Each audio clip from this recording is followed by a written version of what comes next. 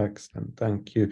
So welcome everyone. We're absolutely delighted to have you here with us today at this launch event and also the first workshop of our EUACADEMY Chamonix Teacher Training Grant. This is a very new scheme and I'll be telling you a little bit more about the scheme, but I'll be delighted to welcome you all here at our event. And we're absolutely delighted, of course, to also have Daire with us as the president of DCU. Let me just give you a little outline before Daire speaks to us.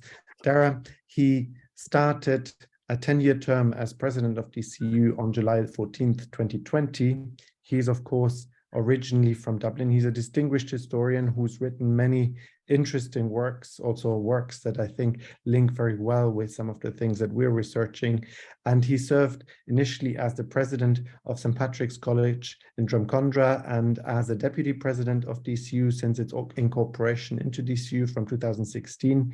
He's published very extensively on the history of popular politics, so extremely well suited also for our conference, on religion, on education in Ireland. He's also a fellow at the University Design Institute at Arizona State University and was a founding member of the European Quality Assurance Register Committee, the body charged by EU governments with monitoring quality assurance in higher education across Europe.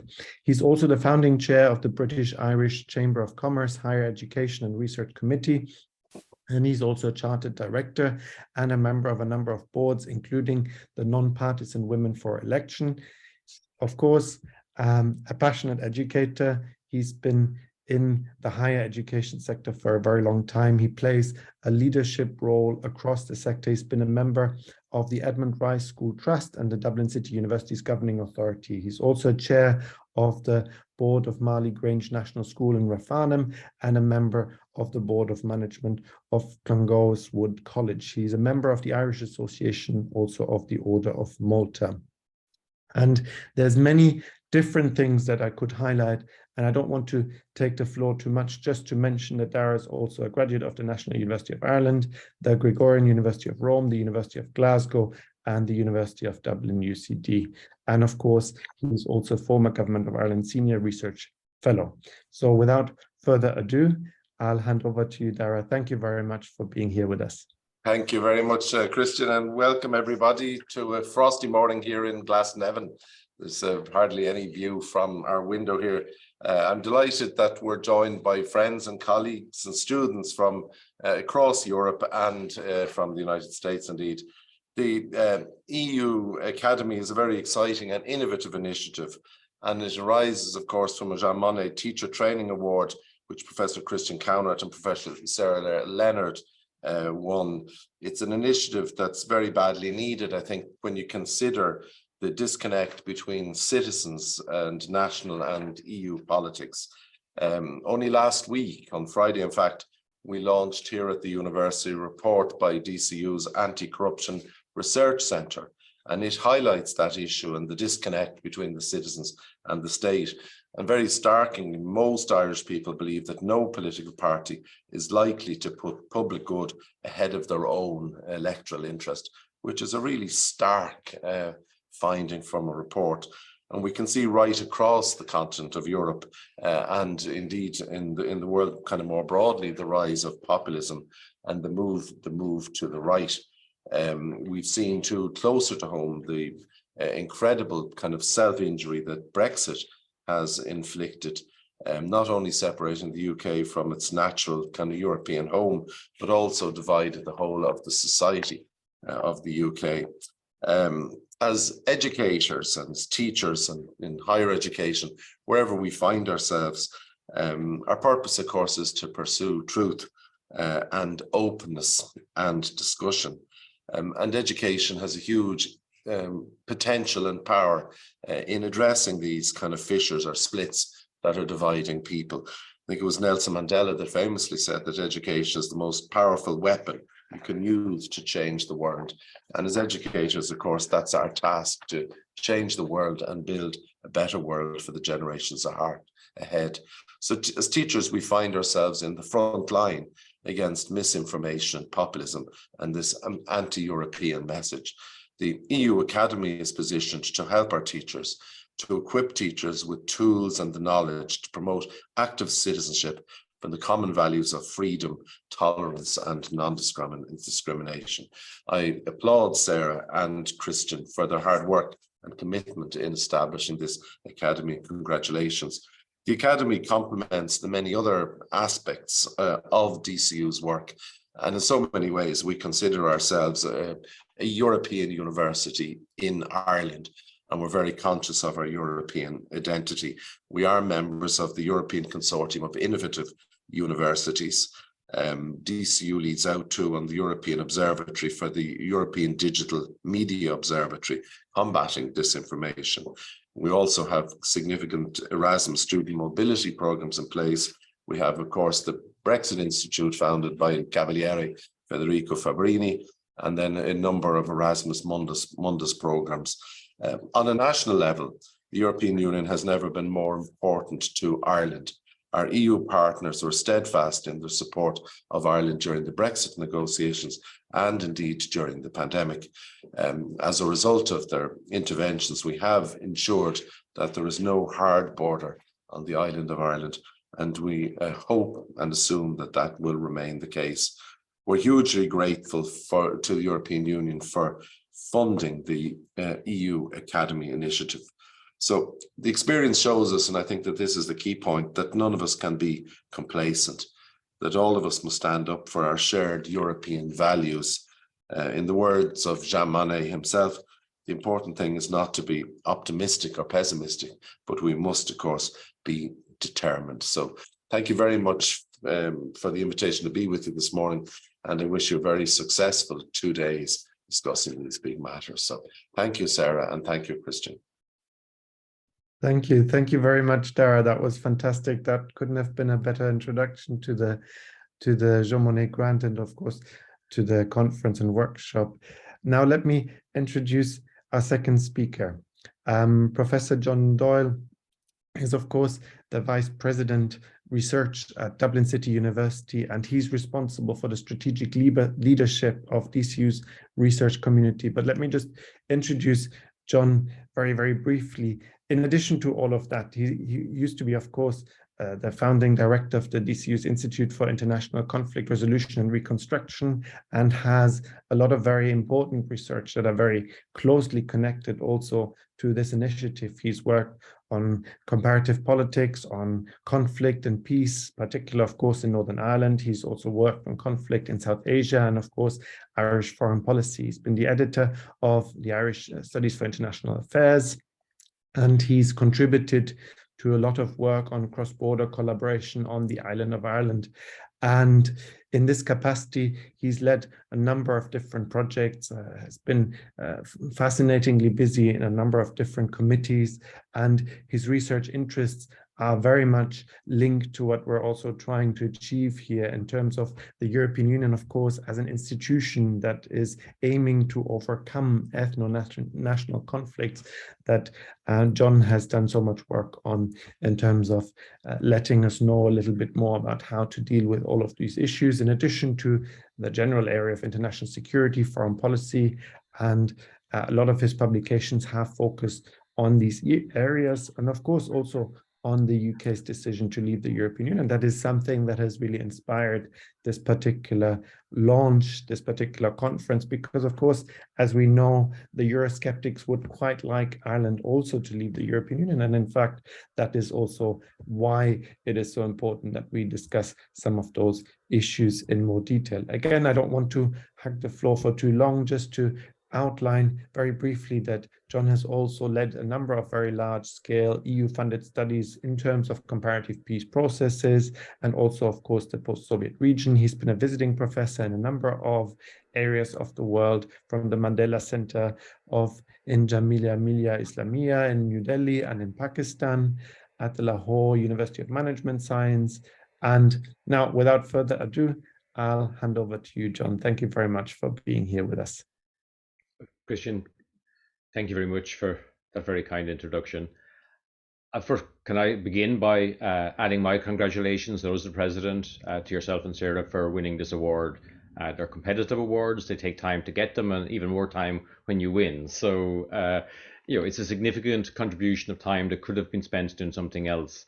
But I think I'm glad that this is a choice you made to devote your time for this. I think for Dublin City University, it's not just one more random award of the hundreds a large university gets in a given year. I think that's testified by the presence of the president of the university here this morning, and the importance that the senior management of the university gives to this sort of activity. And I say why this particular award is important to us, along with, but more significantly perhaps than some others. Mis and disinformation, I think, is one of the crucial threats to modern democracy. It's at the heart of populist and far-right attacks on democracy, and it's also been seen to be an effective means of mobilizing a certain disenchanted or sort of sometimes elite negativity towards liberal democracy, but it's very difficult to combat, and therefore it's not obvious how liberal democracy should combat the threat from populism and misinformation. So therefore we do need a research program. We do need programs like the Jean Monnet initiatives addressing these issues. If the answers were simple, we could just get on and do it. But what to do is the real challenge, even for those governments who are willing to do this. And we can see this threat in different ways in different contexts. Probably internationally, most famously in the denial by former President Trump of the election results in the US, the attacks on the US Congress on 6 January last year, but across Europe and many parts of the world, the rise of the far right, the rise of anti-immigrant, anti-refugee rhetoric. Obviously, our near neighbours in the UK still, more than 6 years later, still dealing with the impact of a Brexit referendum conducted in a context where misinformation dominated the debate rather than simply being one part of it. So how do you untangle these sort of issues? In DCU, we've been glad to be involved in a significant number of relatively large-scale projects looking at the challenges at the heart of understanding why mis and disinformation can work and be a challenge. We have done a lot of work on big data analysis of social media in our School of Communications and among our colleagues in computer science. A colleague of Christian and Sarah's in the School of Law and Government, Professor Maura Conway, led a 6 million European Union funded project looking at large-scale mobilization of violent online extremists, overlapping really significantly with this particular project. And the reason we need to tackle these issues from both a big data perspective and from a small data perspective is because of the variety of things that are there. When Maura started her project, even at a Europol level, people were by and large manually looking at the websites of jihadi organizations, of far-right organizations, of sort of anti-democratic populist organizations. But there are millions of web pages, and no matter how diligent a group of Europol officers sitting in Brussels can be, they can't possibly have any sense of what's going on without using the techniques of modern computer science.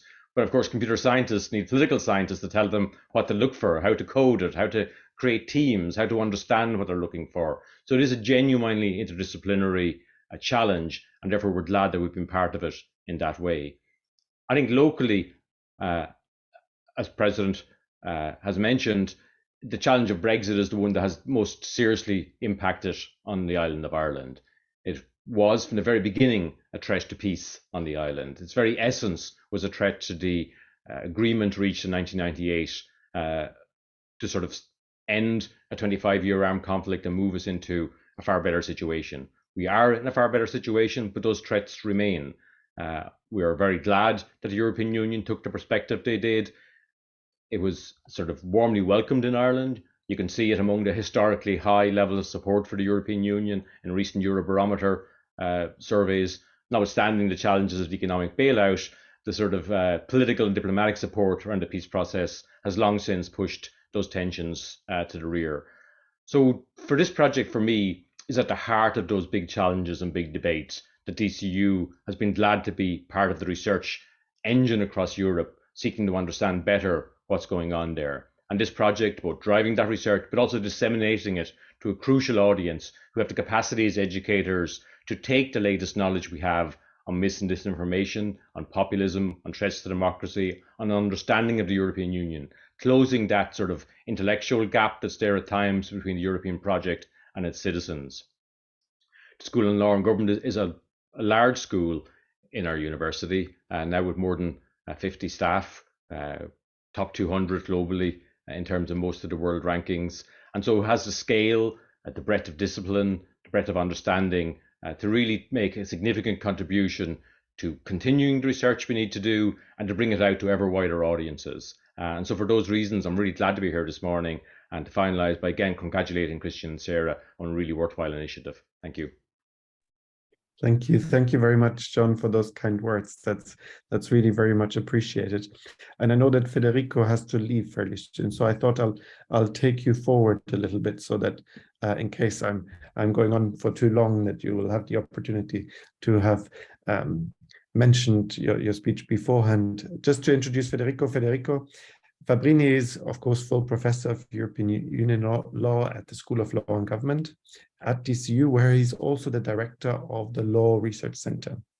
But of course, he's also very much known as the founding director of the DCU's Brexit Institute, a new initiative that for a number of years has really put Europe at the forefront of Irish higher education. He's also been the principal investigator for a number of European Union funded projects, notably the Jean Monnet Network Bridge, and of course the Jean Monnet Center of Excellence at DCU. Just to give you a little outline, Federico, he holds a BA in European and Transnational Legal Studies and also a JD in International Law from the University of Bologna, and of course a PhD of the European University Institute in Florence. He worked in a number of important positions. Also, he interned as a clerk for Justice Sabino Cassese at the Constitutional Court, and he passed the bar and qualified as an attorney at law before joining DCU. He was the Associate Professor of European and International Law at I-Courts at the Faculty of Law at the University of Copenhagen, and before that in the Netherlands as Assistant Professor of European and Comparative Constitutional Law in the Netherlands in Tilburg University. Now, mentioning all of the research publication that he has will be difficult because Federico has quite a large number of publications. In the last 8 years, I believe he's published 8 books. So I'm not going to mention all of them, but just to mention a couple of highlights, of course, the various books that he wrote also on Brexit, also the various books with Oxford University Press, from the law and politics of Brexit, the various volumes that came out, and of course, as the author of 3 books and textbooks, also in Italian. He is in a number of different places. I just highlight that at the moment, Federico, despite being on sabbatical, he's kindly agreed to be here, and on sabbatical, he's of course in Princeton University. So we're very happy to have you with us. Thank you, Federico, for joining our event. Good morning, and thank you very much, Christian, for your kind and generous introduction. I think Europe is mostly about traveling, and so I am speaking to you this morning from Vienna, where I am here for a book launch later today, but I am really, truly delighted to join you this morning for the launch of the EUACADEMY project, and I want to join Daire and John in warmly congratulating Sarah Léonard and Christian Kaunert for securing this major grant. It's great for you, it's great for the school, it's great for the university, and I'm really pleased to be present at the moment of creation, so to speak, in this celebration. For the purpose of this opening remarks, I just would like to say 3 things, 3 points that hopefully might come up later in the conversation as well. And admittedly, they largely mirror what John and Daire already spoke about. But I think 3 things I really wanted to say are this. Number 1 is that Ireland has a special place in Europe. Number 2, the study of European law, policy, and politics has become of ever greater importance. And it's in that space, DCU is really a leader. And number 3, we are facing new challenges which require even more engagement on those issues. And so the EUACADEMY project is very welcome. Very quickly on the first point, as much has already been said, but I think it's important to remind everybody that Ireland is a highly important member state of the European Union, except for the sixth founding, together with Denmark, actually is the country that has been member of the EU the longest, since 1973, when it joined exactly 50 years ago. And in many ways, Ireland today plays a key role in the functioning of the European Union. An Irishman, Pascal Donohoe, has been recently renewed as president of the Eurogroup. Another Irishman is the chief economist of the European Central Bank. And as president of the Commission, Ursula von der Leyen stated just last week when visiting Dublin, Ireland is in many ways is bucking the trend by being perhaps today the member state with the strongest support for European integration. So all that makes this country, which admittedly is pretty small by European standard, actually punching above its weight. And that, I think, has consequences also for education, which is really my second point. And if you think about it, European issues have acquired in Ireland an ever greater role over the last few years. And in that space, I'm very proud to say that our university, Dublin City University, is by far the leader. This is thanks to the investments that we've made and the senior management support for this strategic development of the university. But indeed, over the last 5-6 years, we have positioned DCU as the key hub for European debates. As it has already been mentioned, the Brexit Institute, which I founded, certainly helped play a role in that space, but we have been running a large number of projects, especially in the Jean Monnet Action Program of the European Union, which have contributed to consolidating that leadership. You already mentioned it, Christian. I was the PI of a Jean Monnet network called Bridge, which used to be the old networks, which was mostly research focused as opposed to teacher training focused. We are currently hosting a Jean Monnet Center of Excellence called Rebuild, which is focused on the economic transformations of the European Union after COVID-19, including the Next Generation EU Recovery Fund. We also recently won 2 Jean Monnet modules, one myself and one my deputy and colleague, Christian Petit, one focused on Brexit and the other again on financial law matters. And of course, it's great that Christian and Sarah have now won yet another Jean Monnet network grant, which I think are expanding and consolidating this leadership I was referring to. And all this, I think, is really important because of what awaits us in the future. And that takes me to the third point I wanted to mention. The European Union is going through profound transformations as we speak, but it is also facing major challenges, which will require, in my view, ever greater cooperation and integration, and therefore ever greater knowledge of how the European Union functions, how it works, what dynamics underpins its operation. Think about Brexit. This is not yet finished. In fact, we see the long consequences of the 2016 votes still playing out with political instability in London and all the mess in Northern Ireland, which has not been fully resolved. So we will have a need for a sort of cool heads and warm hearts in understanding how issues like the Protocol on Ireland, Northern Ireland are being implemented, interpreted, possibly revised and adjusted. Think about the war in Ukraine, which has posed an immense challenge to the foundation of the European Union and also to its understanding as a peace project. That has obviously sort of shattered expectation of a Kantian perpetual peace and called for new instrument of defense cooperation. That again poses new challenges for Ireland because of its neutrality and the need perhaps to rethink its position in the newly and emerging European defense structures. And then last but not least, of course, think about new major transnational challenges that continue to affect us, from climate change to migration to new technological developments like artificial intelligence. On all those issues, the only response will be a European response. It's absolutely unthinkable that nation states, small or medium size, as we have in Europe, will be able to come up with autonomous solutions to these big questions that we're facing on the contemporary era. And therefore, knowledge of Europe, again, understanding of how the European functions and greater engagement with EU issues will be crucial for our students, for our teachers, for us as academics. And for all these reasons, I think it's fantastic that we're launching today the EUACADEMY network. And I'm sure the next 3 years will be full of opportunities for further engagement, new ideas, and debates on these key questions. So I'll end with that upbeat note, and I really want to wish to Sarah, Christian, and everyone else involved in this project all the best for the rest of the next 2 days and, of course, the next 3 years.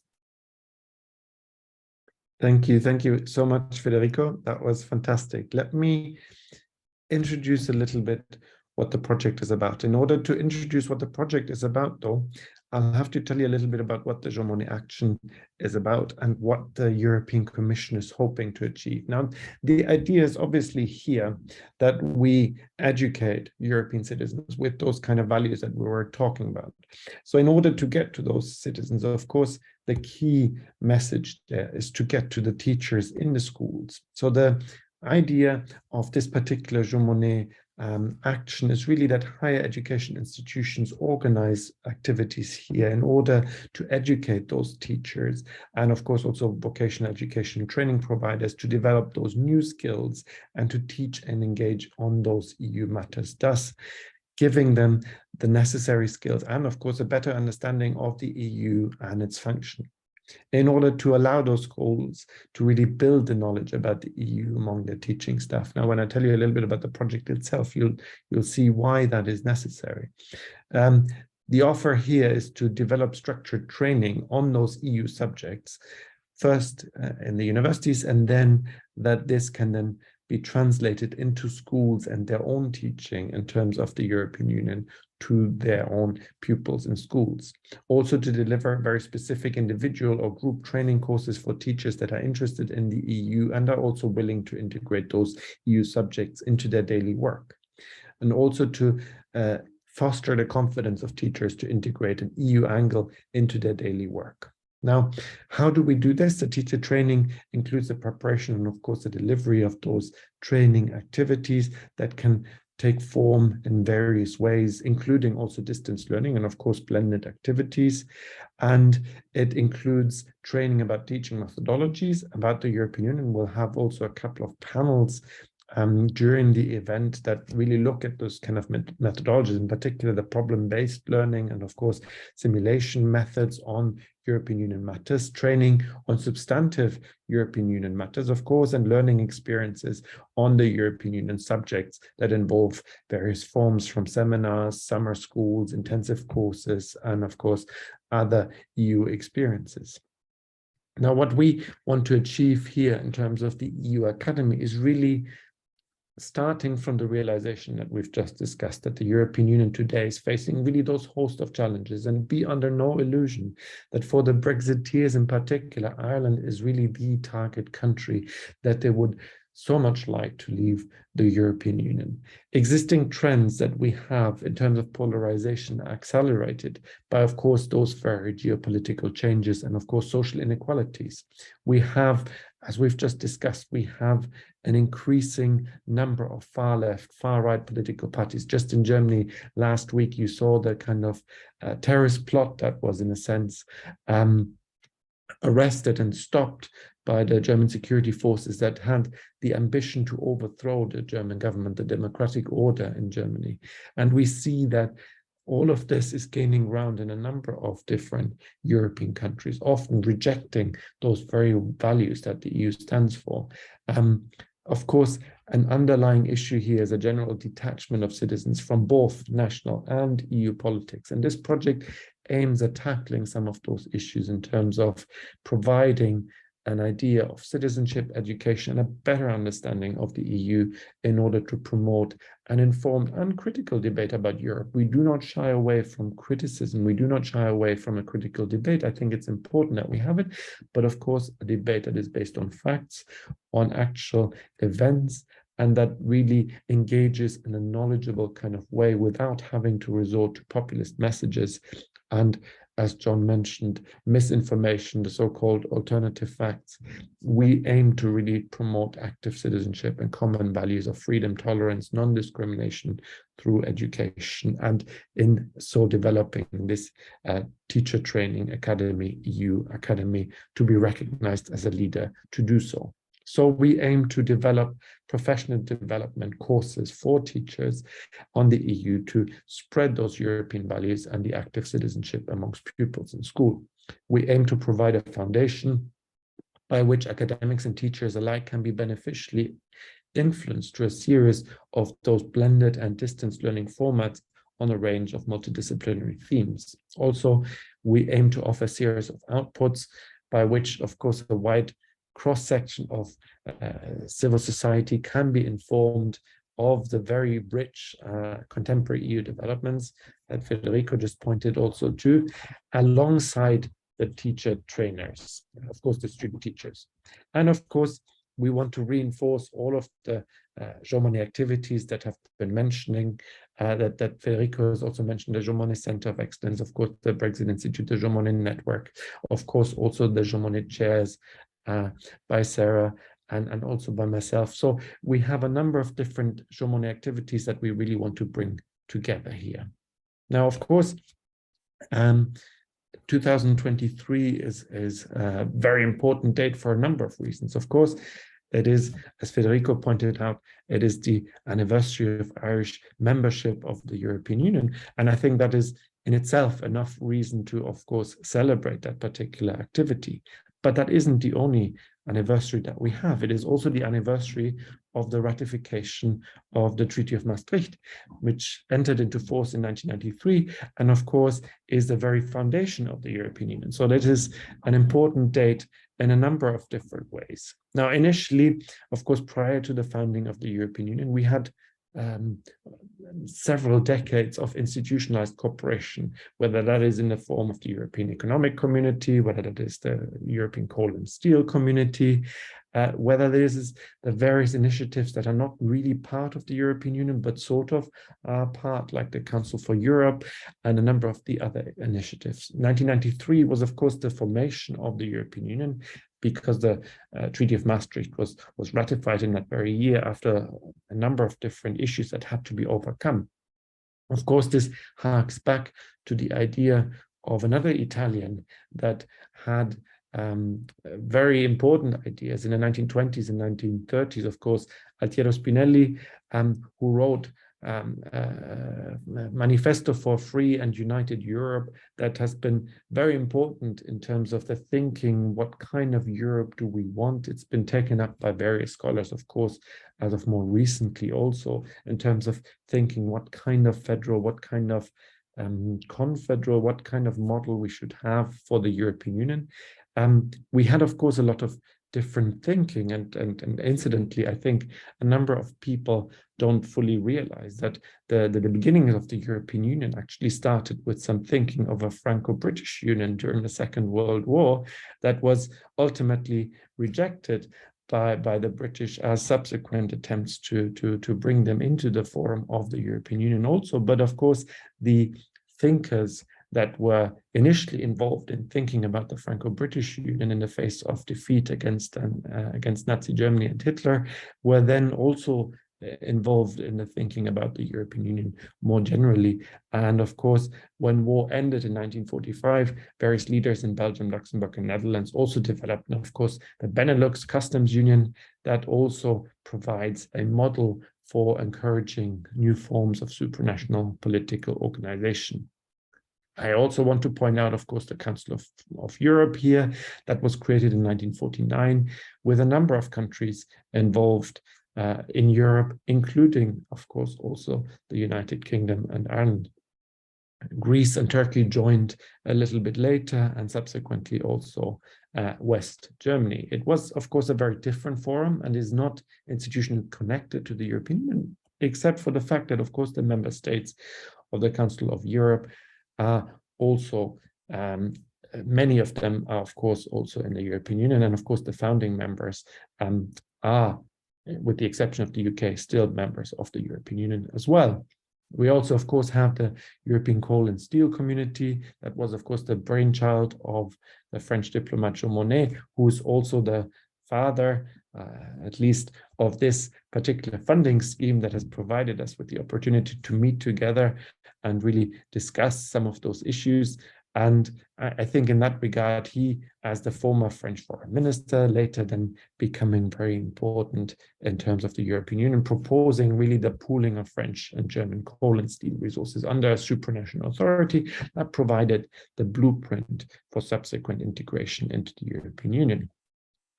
We also have, of course, the early enlargement. As I pointed out, Ireland has been a member since 1973, when we had the first enlargement of the first founding members, the 6 EU member countries that became 9 subsequently when Ireland, the United Kingdom, and Denmark joined the European Union.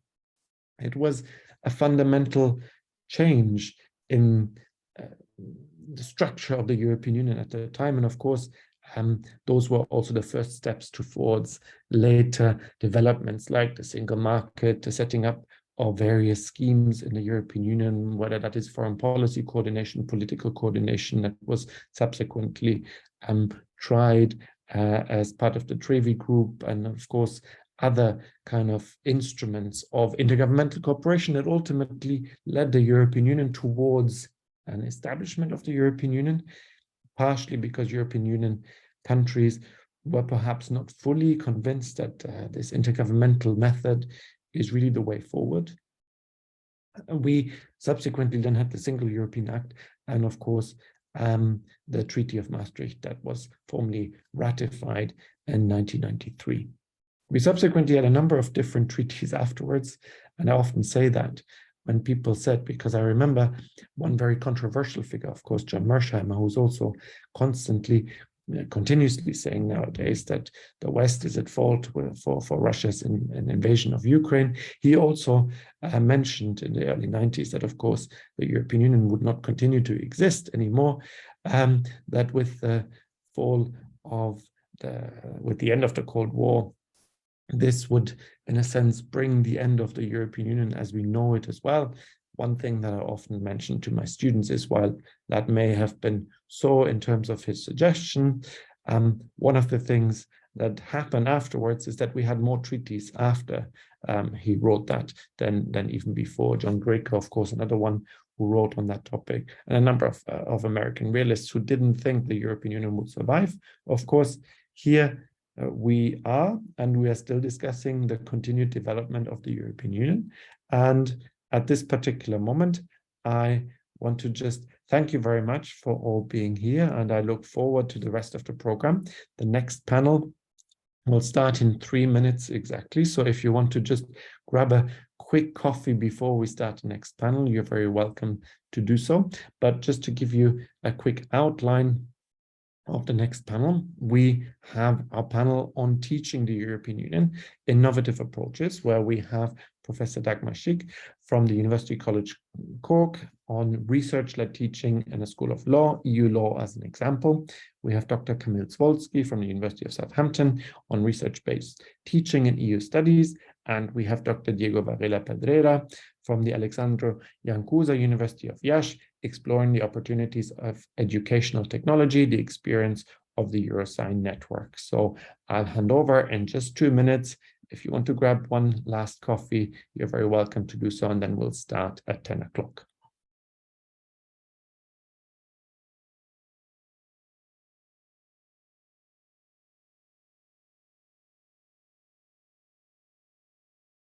Because I think this is worthwhile doing. For those who didn't hear my introduction just earlier, this panel is on teaching the European Union innovative approaches. Our first speaker is Dagmar Schiek from the University College Cork, research-led teaching in a School of Law, EU law as an example. We then have Dr. Kamil Zwolski from the University of Southampton on research-based teaching in EU studies.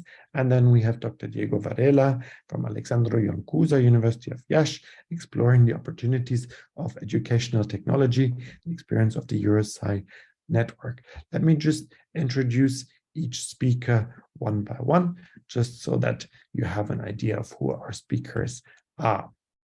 So let me start with Professor Dagmar Schiek. She's Professor of Law and the Vice Dean for Research in the School of Law at University College Cork.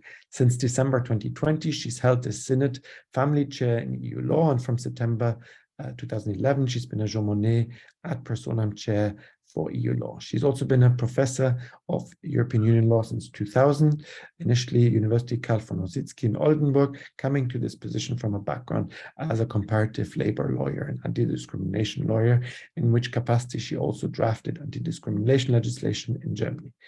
She remains research active in comparative labor law, focusing on the interface of labor law and regional economic integration in the EU and the continuing relevance of collective bargaining as a form of social citizenship, which of course fits very well what we're trying to do here with this project. This is the basis also of two recent journal articles on the gig economy. At UCC, she's teaching European Union law and also employment law. Now, I'll hand over to her in a second. Let me just introduce the other two speakers also.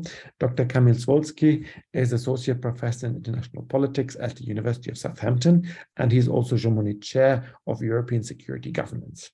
Kamil researches in international relations, specifically looking at European security governance on Europe-Russian relations and the role of institutions in European security. He's, of course, also an award-winning teacher.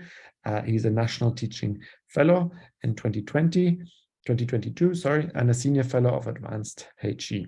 As part of his Jean Monnet Chair Award, he's also a Jean Monnet.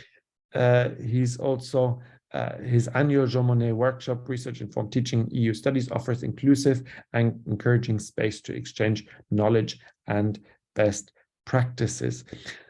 Then let me introduce our last speaker. Dr. Diego Varela Pedrera is Associate Professor in the Department of Political Science, International Relations and European Studies of Alexandru Ioan Cuza University in Iași. He also founded the EUROSCI network in 2016 that we're also a member of and that we've done many events together, the same year in which he earned a Jean Monnet Chair in European Political Economy at that very university in Iași. Prior to that, he also had set up and coordinated the Universidad de Coruña International Summer School from 14 to 16, and also founded and edited the European Journal of Government and Economics from 2012 to 2016. So thank you very much, everyone, for being here. And now, without further ado, I'll hand over to Dagmar. We're very, very delighted to have you here. Thank you so much. And I'll hand over to you now. You're still muted? Okay. Yes, no, I'm unmuted. I'm so used to Teams by now. It's awful how those platforms capture you. Thank you very much for having me. And this sounds a fascinating project, and it's also very interesting to see some parallelism between what's happening in Cork and what's happening in DCU, because as you know, Emmanuel, who's speaking this afternoon, has a very similar project. So I'm not sure whether my presentation is perhaps a tiny bit out of space, because what I'm doing is I'm talking about university teaching, yeah? Not so much about school teaching, but I still think that the university education is relevant to promote the knowledge of Europe generally. And I'm talking about a very specific area, how to teach European Union law with the new positioning Ireland has already in the EU. I only listened to the last 15 minutes of the introductory panel, but I think I got some of the glyphs. So now is my next challenge, sharing the screen and getting the PowerPoint to run with Zoom, but I hope it'll work. Who's disabled participant screen sharing? Oh, there we go. Not possible. Zara, can you help me out?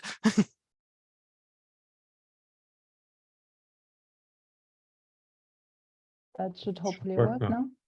Yep, I try again. Yeah, that looks much better. And then I need to go into slide share mode, which is F5. Sorry. Okay, so we do have to do without the proper slides. I can't get there here. Ah. There we go.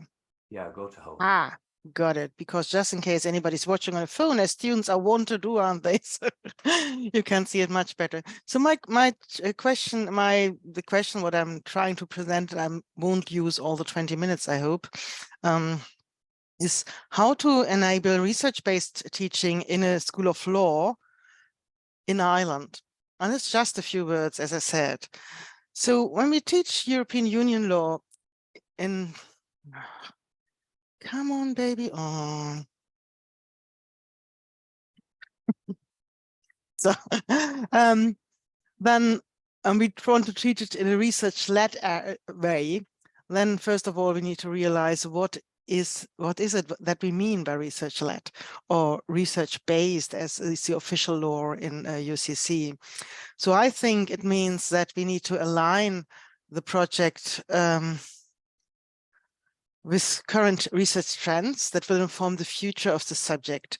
And for that, I think it's a current research trend on an all-European basis that will inform the future of the subject of European Union law, but also within the context of European studies.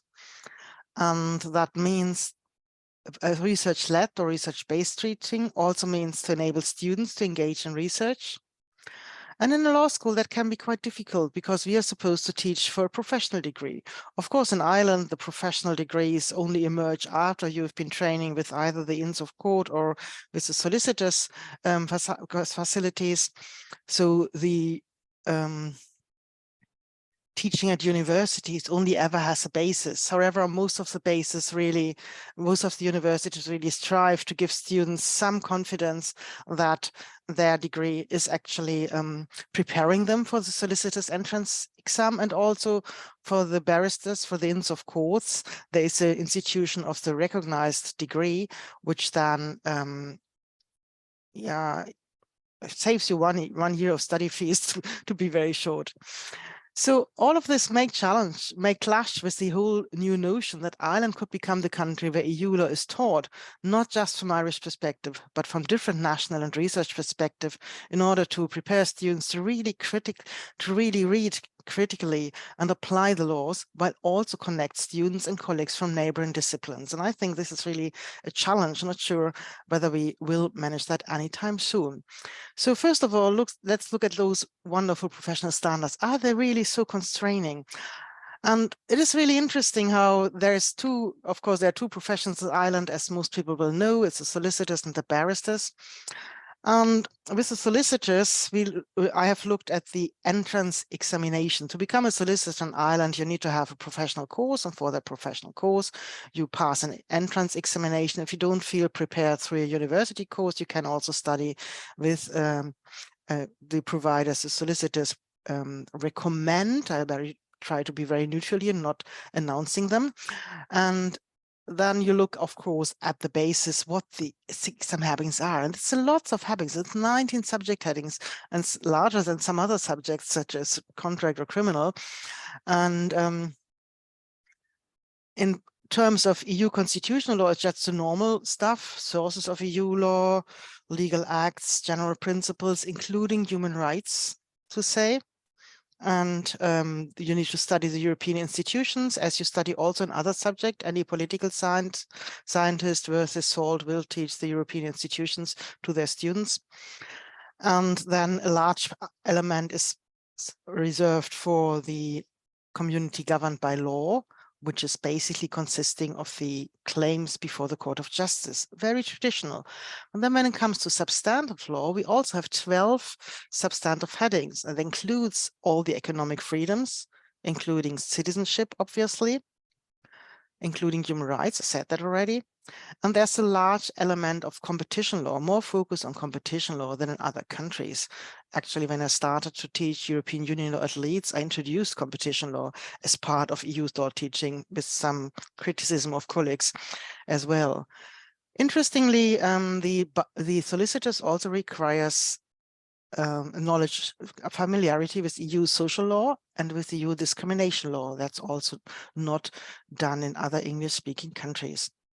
Now, when it comes to the requirements of the barristers, the King's Inn requirement, there is a recognition of the degree, which then means if you are recognized as a law school by the King's Inn, your graduates do not have to complete the King's Inn's one-year study course, but only can go to the professional course directly, again, after an entrance examination.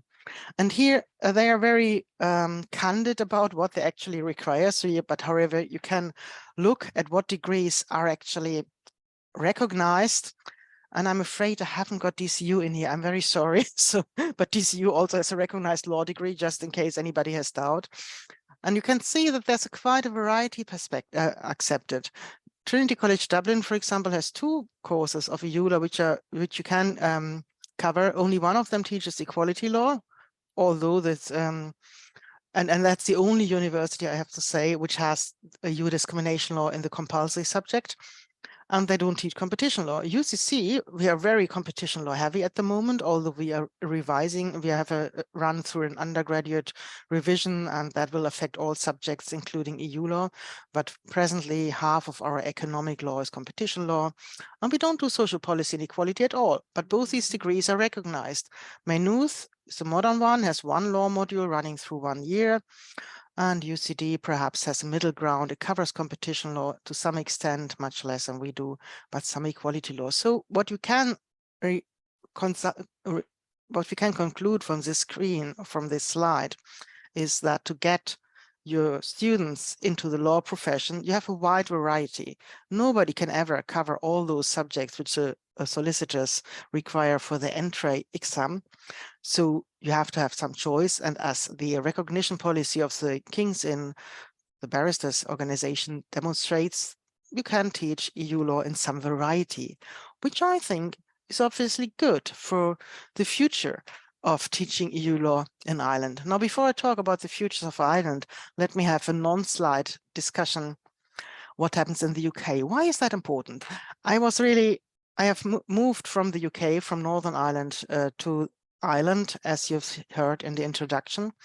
And I was and continue to be surprised in how far the orientation is focused on the UK.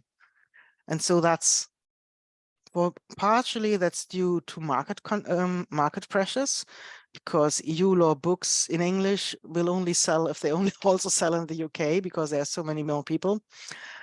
But partially there must be something else going on. So everybody will always look what's happening in the UK. And in the UK, there is, of course, a potential movement away from teaching European Union law that has started before Brexit already, that EU law teaching has been reduced in favor of other subjects with the solicitors in particular meant to conclude. And interestingly, in 2019, there has been a special issue of The Law Teacher, edited by Tamara Hervey and Chloe Wallace, both from Yorkshire, then Sheffield and Leeds. Tamara has moved on to City University, on how to teach EU law, Brexit and the law school. And all the contenders, including Catherine Barnard, Michael Dugan, Charlotte O'Brien, said, well, EU law will have a future, but they perceived it as also carrying something else. Charlotte O'Brien, Michael Dugan, it's a chance of maintaining international law as a compulsory subject in the offering. Tamara Hervey and Chloe Wallace themselves also say it's a chance to teach differently and to do project-based learning. So we see not a reduction in scope, which has been done already before Brexit, but necessarily a reduction in changes. So a reduction, orientation away from the core of EU law. So now I think that is where the future for teaching EU law in Ireland should lie. So first of all, students would need sound basis in teaching the fundamentals of EU law. I heard in the last panel that somebody said there's responsibility in teaching the European Union and keeping citizens informed, and that includes obviously university graduates, and to prevent a Irexit on the basis of citizens not being informed. So a sound basis in teaching the fundamentals of EU law should be an element of that teaching, which means obviously our students need to know what those institutions are, both students of politics and law. Our students from a legal perspective also need to know whether there is a specific quality of European Union law. And even political science teachers usually teach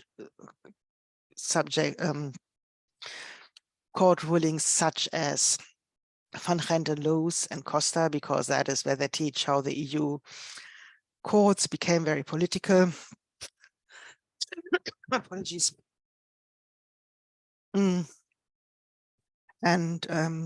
actually invented a subject which wasn't provided by the treaty. So this is the whole idea of supremacy of EU law and direct effect, which of course in a law course you have to teach more thoroughly. I think students shouldn't go out of the compulsory subject without knowing what the directive is and what their effects are, without knowing how the Charter of Fundamental Rights actually influences those effects of directives.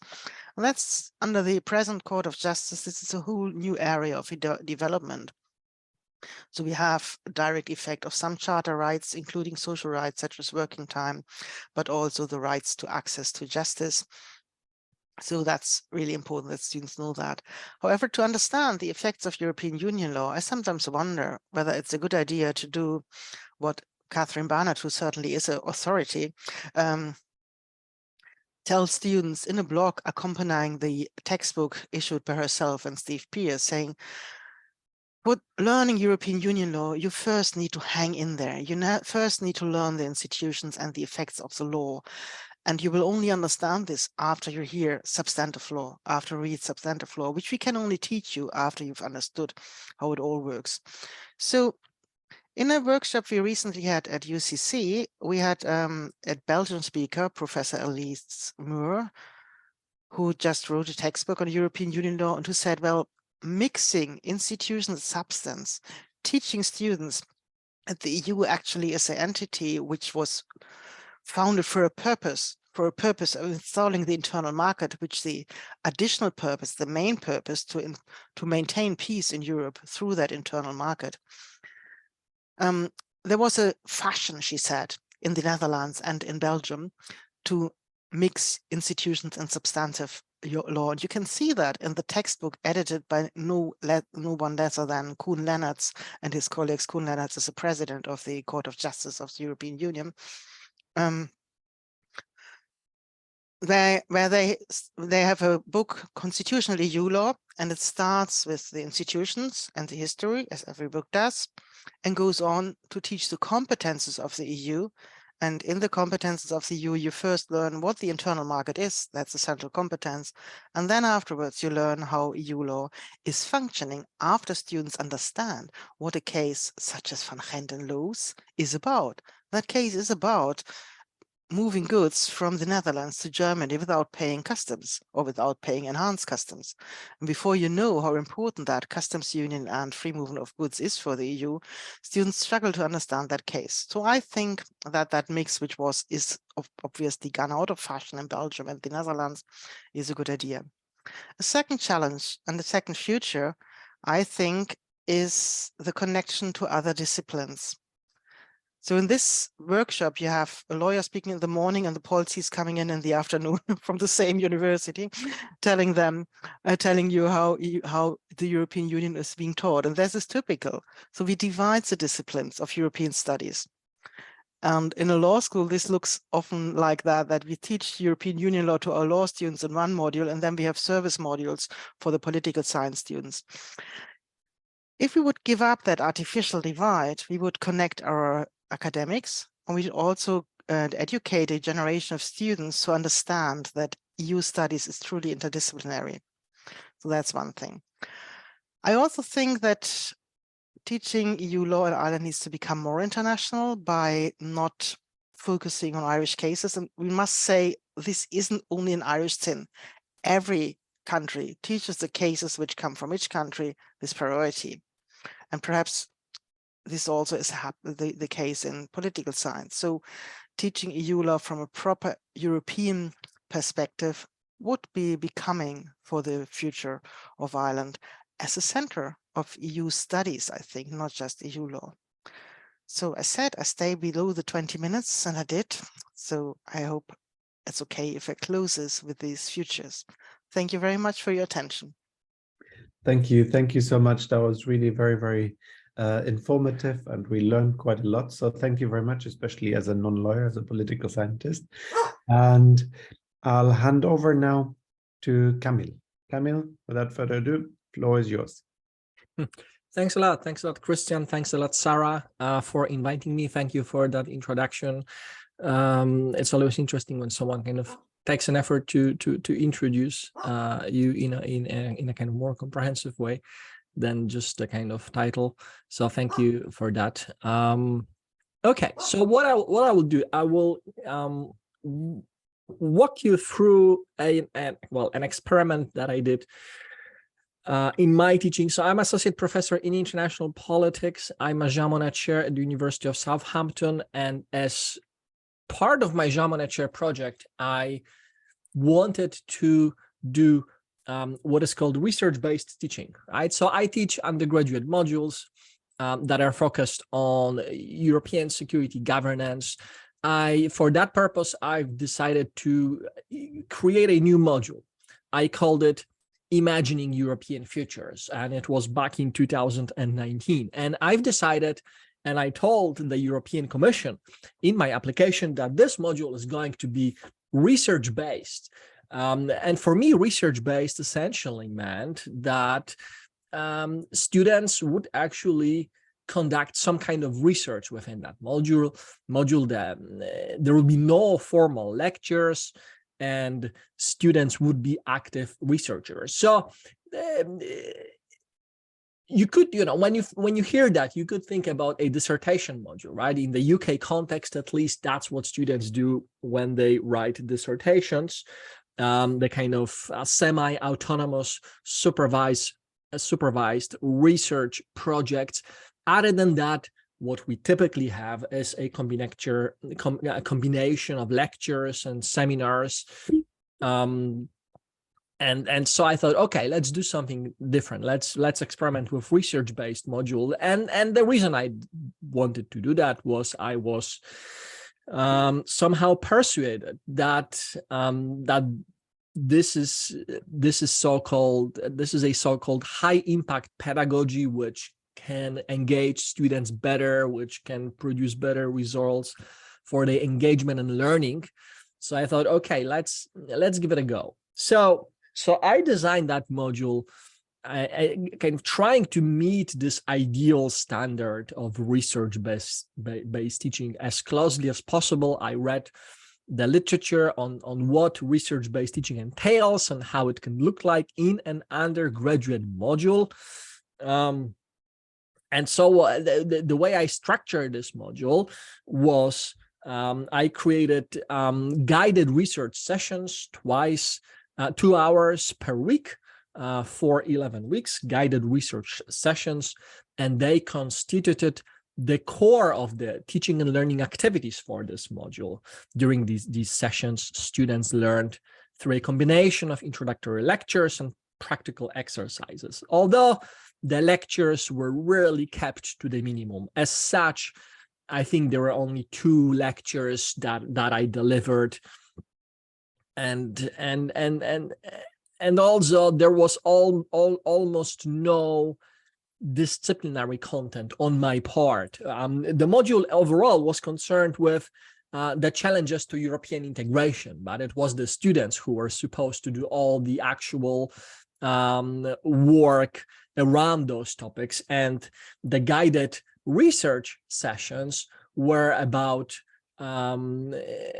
preparing them for that from different angles. So I'll tell you what they were in a second. So the second element of that module was the undergraduate conference. In week 12, I organized a conference at the university where students presented their findings. And I also set up some teams on Microsoft Teams, and I kind of allowed them to get some extra support. Now, what did we do during those 2-hour sessions every week? Well, in essence, those were assessment preparation sessions where students work towards different stage of assessment. Although in this module, we didn't call them assessment. I called them research outputs, because first students had to prepare literature review, which was due in week 5. So what we did for the first few weeks of the module, we talked about how to write a literature review. Students practiced writing literature review.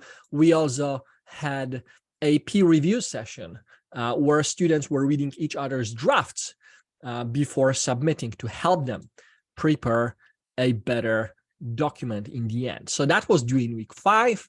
Then after week 5, students started working towards the second piece of assessment, or a research output, which was called research paper. And that was the main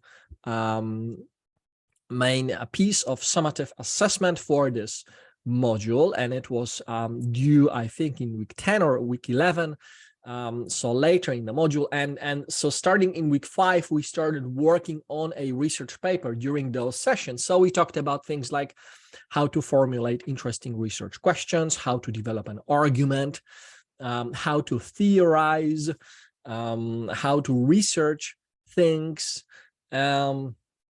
We did also have another peer review session where students were reading each other's drafts and answering questions. So that's what we were doing then. And then towards the end of the module, in week 11, we moved towards dissemination, right? So in week 12, there was a conference where students presented the findings, and the presentation, I think, was worth 10% of the mark for the module. So a week before, we had a session on how to deliver engaging presentations. And that's essentially what we did for that module. So now, if I ask you, how do you think that worked, right? How do you think that worked? So I will not be asking you this right now because of the constraints of the online system, but I did deliver this presentation once before in a physical setting, and I asked that question to my audience, and the vast majority were somehow kind of suspicious and skeptical whether that actually worked, especially in the UK context, right? So there are environments where this could have worked better, and I will mention it, but in the UK context, well, it didn't work that well. It didn't work that well. So why didn't it work that well? So one reason for this is I realized that actually this module, the structure of this module actually overlapped quite a bit with our existing so-called methods modules. And this wasn't my intention. I thought this module would not overlap with those other modules that, even though we were talking about those transferable skills, such as how to write a literature review or how to develop an argument, still there will be enough distinctiveness because this would be focused on European studies. But in the end, there was a lot of generic kind of methods focused information that I covered in this module. So that wasn't my intention. But more fundamentally, in the UK context, we have to ask students how they feel about the module, how they like the module. Perhaps not every country does that, but in the UK, those kind of student module evaluations are quite important, and we even do them twice a year. There is a mid-semester feedback, more informal, and then end of year kind of online module evaluation survey where students explain what they think about the module. And the reactions were mixed, I would say mixed to negative. Granted, not a lot of students actually respond to those surveys, but the reaction was mixed to negative. So the main reason for this was students felt somehow misled in how I described the module at the time where they were choosing optional modules, right? So they chose this module because they thought they would be learning about challenges to European integration. And those who liked that topic, they thought, okay, this is going to be interesting. But what they were doing instead, right at the beginning of the module, they identified a problem, a question that they would like to tackle, and then they would work on that problem through those 2-hour weekly sessions without any formal lectures covering that problem. It would be up to them to research those issues that they found interesting and the research question that they want to address. So there was no lectures, and students are not used to that kind of format. They are used to lectures and seminars. So this novelty didn't work that well for many of them. Interestingly and somehow predictably, the best students who do well in general, right, the brightest students, the more ambitious students, they told me informally that they quite liked the module, they liked the autonomy, but not every student is like that. So students who typically need a little bit more support, they probably were those who enjoyed this module less. So that presented me with a challenge. And so I thought, okay, so should I now revise the module based on student evaluations, right? And that's not, is it a level 3 module? It was a second and third level. We have every one of our optional modules is available to the second and third year students. We have this kind of system. So I had a combination of second and third year students. And at that point, I thought, okay, this didn't work, but like, is it a sufficient basis to revise the module? That students didn't enjoy it, right? And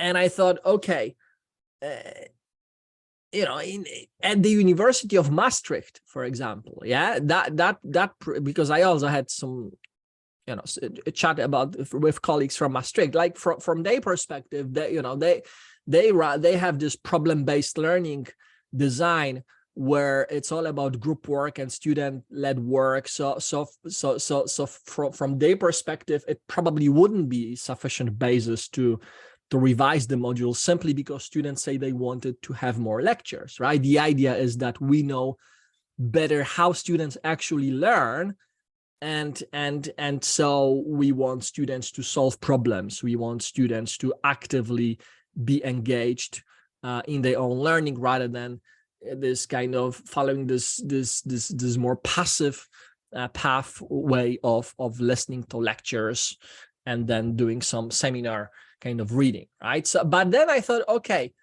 let's dig a little bit deeper. And what I kind of, upon reflection, what I discovered is that actually there is no agreement, and there is a variety of more recent contributions on how we shouldn't dismiss lectures, right? And how it's not helpful to dismiss lectures, and how lectures are not necessarily as passive and as disengaging and as unhelpful to learning as we sometimes assume when we talk about active learning methods.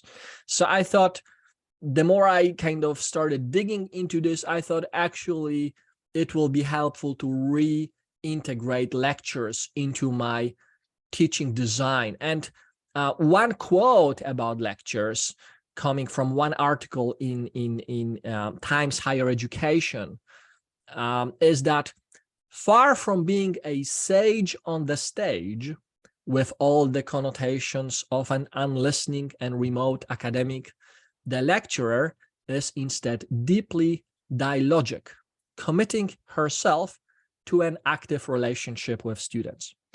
Thought of in this way, the lecture is not only a site of transformation, but also a site of risk.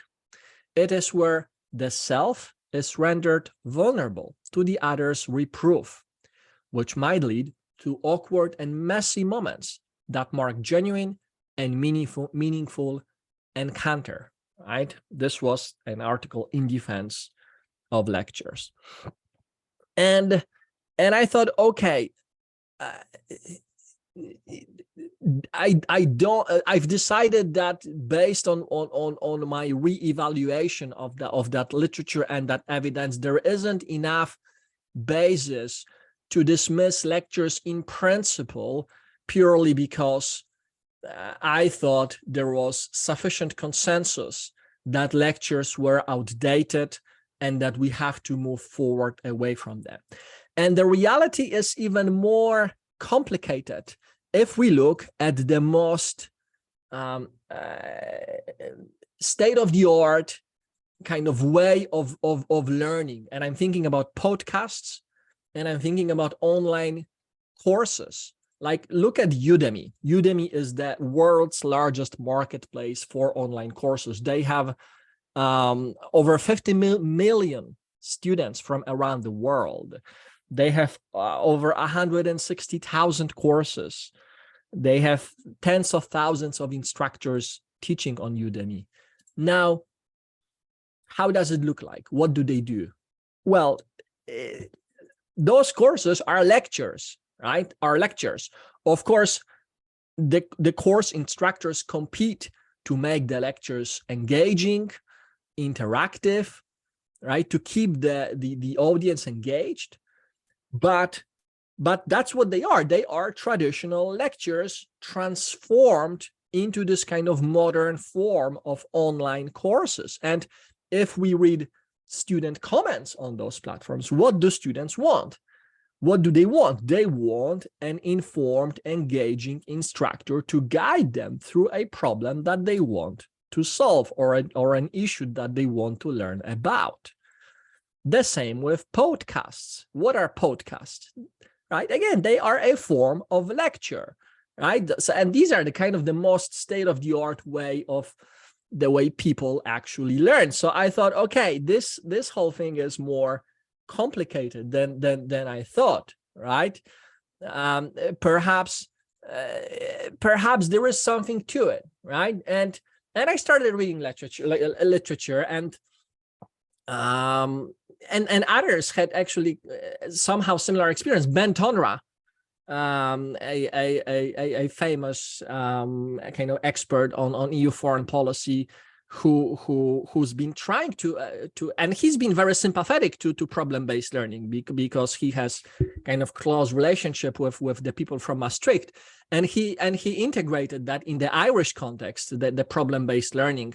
He didn't do research-based teaching. He did kind of pure problem-based learning as they do in Maastricht, and he reported kind of similar observations as I did. Although I think he wanted to keep going with that. Although he also had to reform his approach a little bit because students wanted some lectures. And why shouldn't they, if we think about it rationally, right? Students come to the university, they pay thousands and thousands of euros or thousands and thousands of pounds. And for a brief period of their time, they have access to the world's foremost experts on a given topic. Why shouldn't they expect to hear, some lecturing, some views, some expertise from those people, right? I think it's only fair for us to actually to offer some of that expertise to our students who are very briefly in contact with us, and to tell them, you do your work. We will be facilitators. We will be invisible. We will guide you. but we will not tell you anything, about the subject matter. I think it's also a little bit unfair. So what I in the end, what I did, I indeed revised the module. There was a question in the meantime: could I have revised it mid-semester? I didn't. I've decided that it was not yet the time. I would need more experience, more data, more evidence, more conversations with students. I've decided to keep it as I designed it.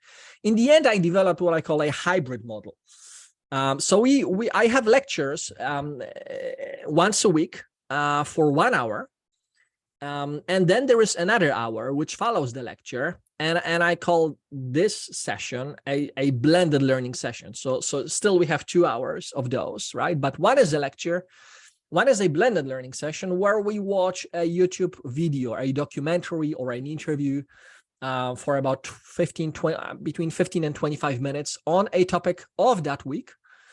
And then we have a discussion, right? And if you have a question, why do we do it in class? Why can't students watch the video before class? I can answer that question later. There are very good reasons for that too. And then we have seminars every other week. And this is where we work on assessment. I moved this whole research-based element, which was 100% of the module. I moved it to the seminars. So in the seminars, we do what we used to do in those 2-hour sessions. We work on assessment. I still call them research outputs. We still do literature review and research paper. And during those seminar hours, we work on those. And students kind of like it because students like what they call feed forward. Yeah, so feedback before they submit stuff for marking, because after they submit, they will often not even bother to read or listen to the feedback. They think it's useless. Sorry. So I think, so in general, module evaluations improved quite drastically after I moved towards this hybrid model. So yeah, that's almost 20 minutes. I'll shut up here. And yeah, thank you. Thank you. Thank you so much, Camille. That's been absolutely we learned so much about it. And now, without further ado, I'll hand over to Diego. Diego, the floor is yours. You're still muted? Yes, sorry. Thank you. Thank you very much, Christian. Can you hear me all right now? Perfect. Good. This conference is very interesting, and it was really an opportunity for me that you invited me. And I think it was just by chance, by coincidence, that the time of the conference is exactly the time of my lectures in Yash. So it gave me an opportunity to invite my students to participate and to be able to experience the teaching by other colleagues in Ireland, in the UK, and to learn about how it works in other countries. What I see is that there are certain similarities, right, between the methods that we follow everywhere. And in a sense, I understand this kind of meetings like meetings of Alcoholics Anonymous, where we discuss about the challenges we face in teaching and the difficulties that we find every semester at the university. And in a sense, I think it's very helpful to be able to discuss this with other colleagues. And in this case, my presentation, as Christian suggested, will be about the EUACADEMY network, about my experience creating an academic network, an international academic network of like-minded academics who share the same ambitions and also the same challenges. I will try to to make the presentation.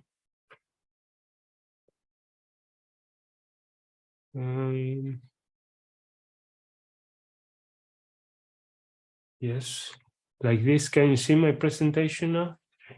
Okay, so the EUROSCI network. This is like an introduction to the EUROSCI network. But then after that, I would like to use part of my time to ask some questions also to my colleagues, because I was really interested about what they said, and I would like to use this opportunity to discuss more with them. The EUROSCI network, what is it? It is an international academic network that explores the opportunities of educational technology for university cooperation beyond traditional student and teacher mobility. So this is an international network. It is a network that promotes international collaboration. It's a network that brings together students, teachers, researchers, universities from around the world, and try to work together. So it's a kind of cooperative network, a network to work together. But what's special about this network is that it makes use of the new technologies, new educational technologies, mostly online technologies, that allow for this kind of collaboration to take place in a different way, in an innovative way that sometimes can bring certain advantages in terms of efficiency, right? Good. The brief history of the network is that it was born in September 2016. It was in the same time when I got my Jean Monnet chair at the Alexandru Iancuza University of Iași. Also at the time, another colleague of mine, Giacomo Benedetto, had got his Jean Monnet chair at the Royal Holloway University of London. And it was this year when we were starting our Jean Monnet chairs when we decided to create this network to be able to work together. The Jean Monnet project has also funding for Jean Monnet networks, but our network was completely autonomous, independent from the Jean Monnet project, although we both had Jean Monnet chairs. So it was our own initiative to work together through this network.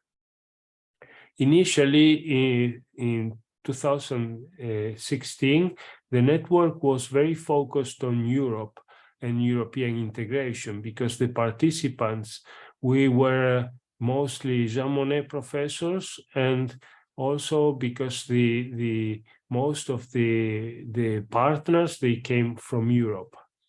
Initially, we grew very much in Ukraine, for instance, in Romania, and our focus was geographically, and in terms of topics, it was about Europe.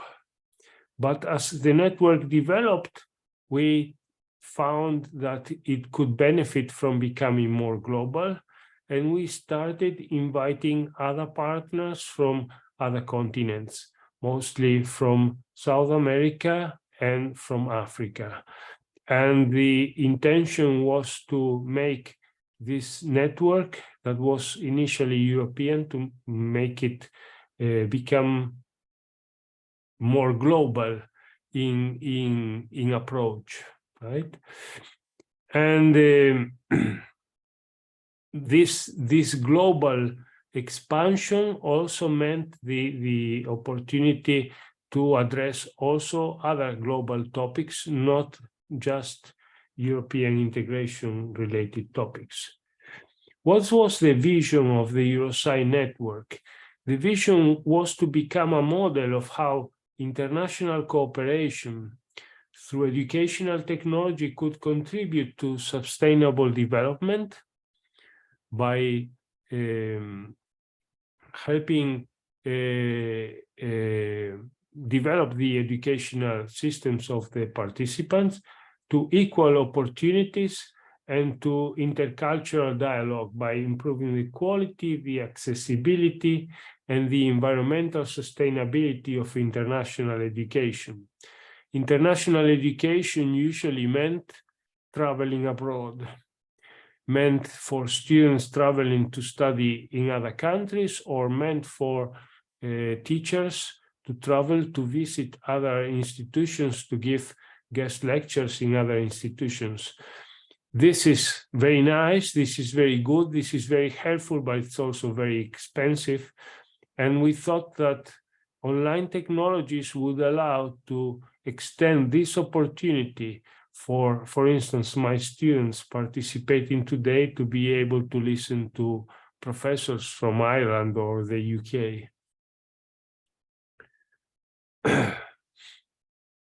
There are different forms of participations in the network for institutions, for individuals as partners, associates, or independent affiliates.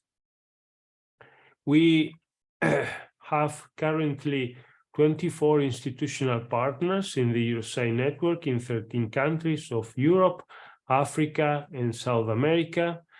In the case of Europe, our main countries are Romania and Ukraine, but we also have institutions in Germany, in Spain, in Greece, Italy, Kosovo, Poland, the UK as well.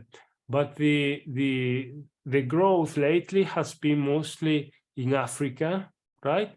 We are present now in Libya, in countries that are affected by conflicts. Libya, we have a very important presence there. The network, we have 3 very, very good institutional partners: the University of Benghazi, the University of Tripoli, and the University of Sebha, that are the 3 best universities in the country. And we also have associate institution there. And in the case of South America, we are mostly present in Brazil, and it's a place where we are currently growing now is in Brazil. What are the services that the EUROSCI network can provide to partners? Well, it can facilitate international cooperation, and it has done this by providing partners for new projects, putting in contact different colleagues from different universities, and helping them getting visiting positions in other universities. International cooperation, it facilitates this exchange between partners. That are exchanges that many times are not done physically by the physical mobility of people by traveling, but many occasions they are done online, but also sometimes we use traditional methods. The second service is teacher training. We have organized courses about online teaching in higher education, where we discuss the challenges that can be faced, and about international collaboration through online systems. We also help with online presence management.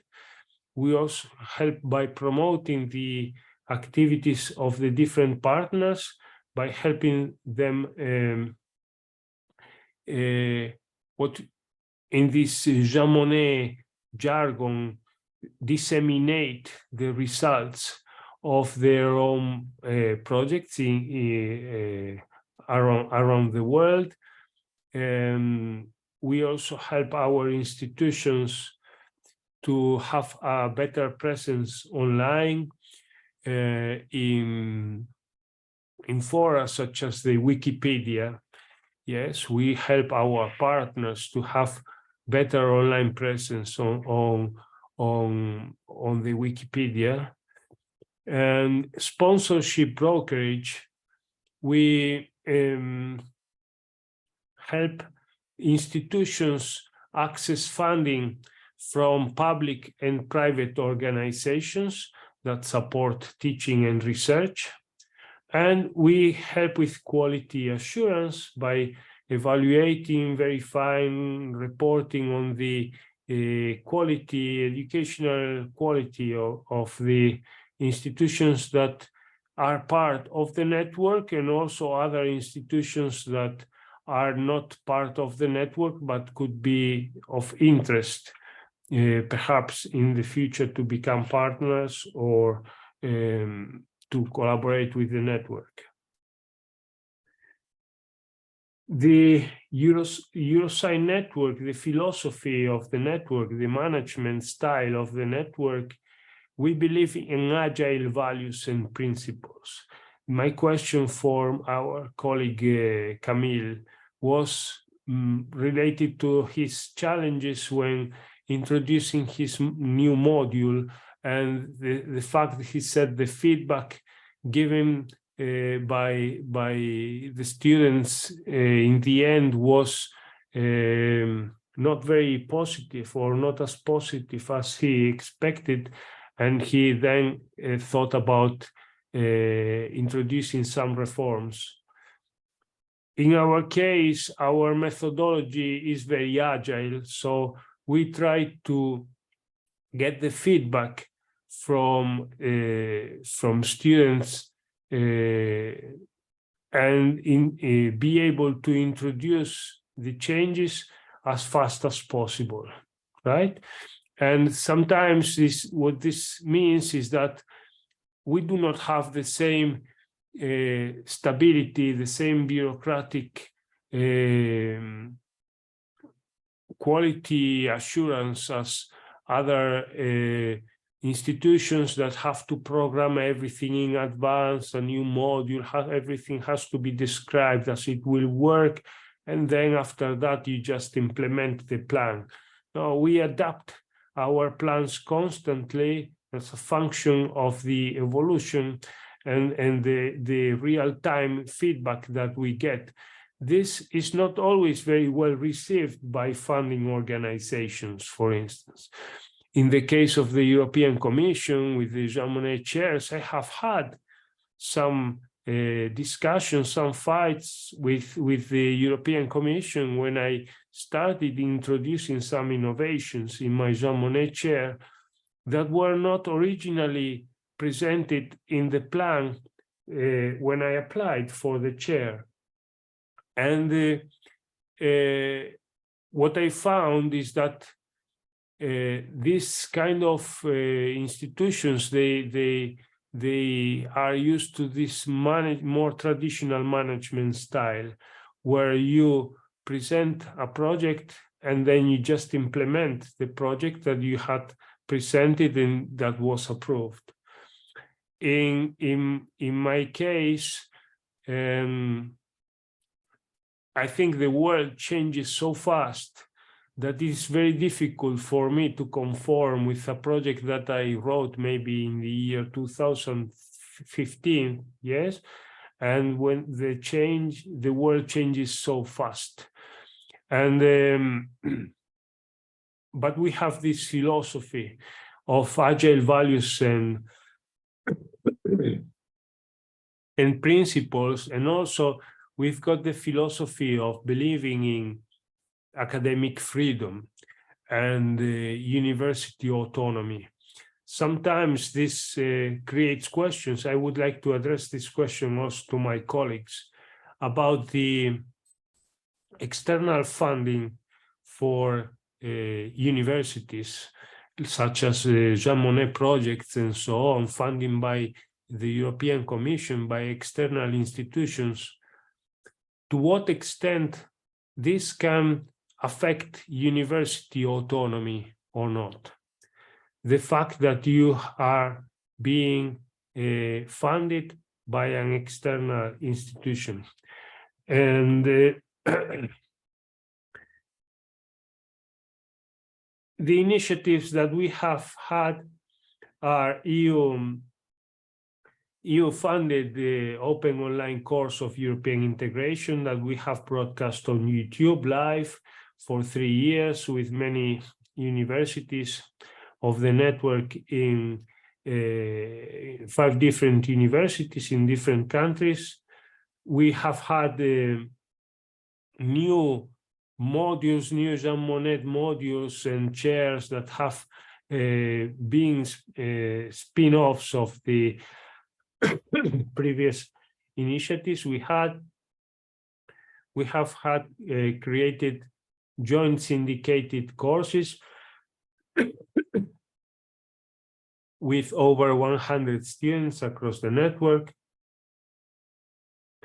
And we have funded a trip to Africa to promote the network there.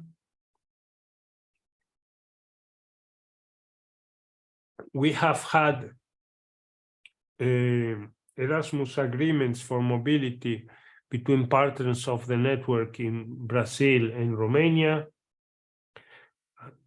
courses for teachers, courses for PhD students, courses of languages, Spanish, Ukrainian, Arabic, Portuguese.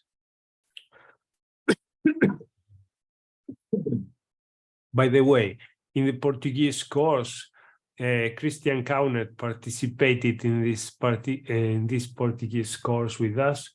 It was a very nice course, and yes, we have had also our own joint courses that are not funded by institutions, that are funded directly by the institutions participating in the course.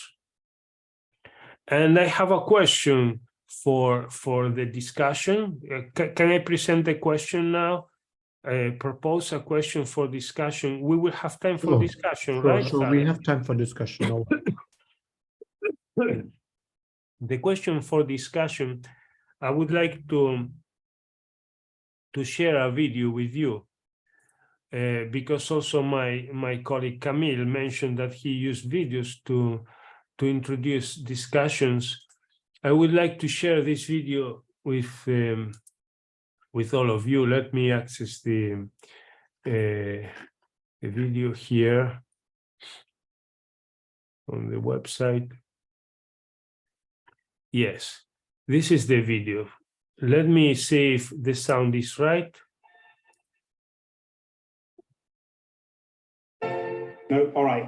Lady in the second row here was first up. Professor Bridget Laughlin from University College Dublin. Mr. Farage, I'd like to commend you for your frankness this evening. It was very refreshing, and it exposed to us precisely why you were here and what you were up to. And I say this as an Irish citizen and a voter in the referendum. You are here so that to encourage us to vote no, to create a platform within your own political system, so that under a Cameron-led government, you can actually bring, as you said, European integration or the European project to a halt. The word halt was used. Your frankness is commendable. But can I tell you, you also have an extraordinary lack of sensitivity and knowledge of Irish history.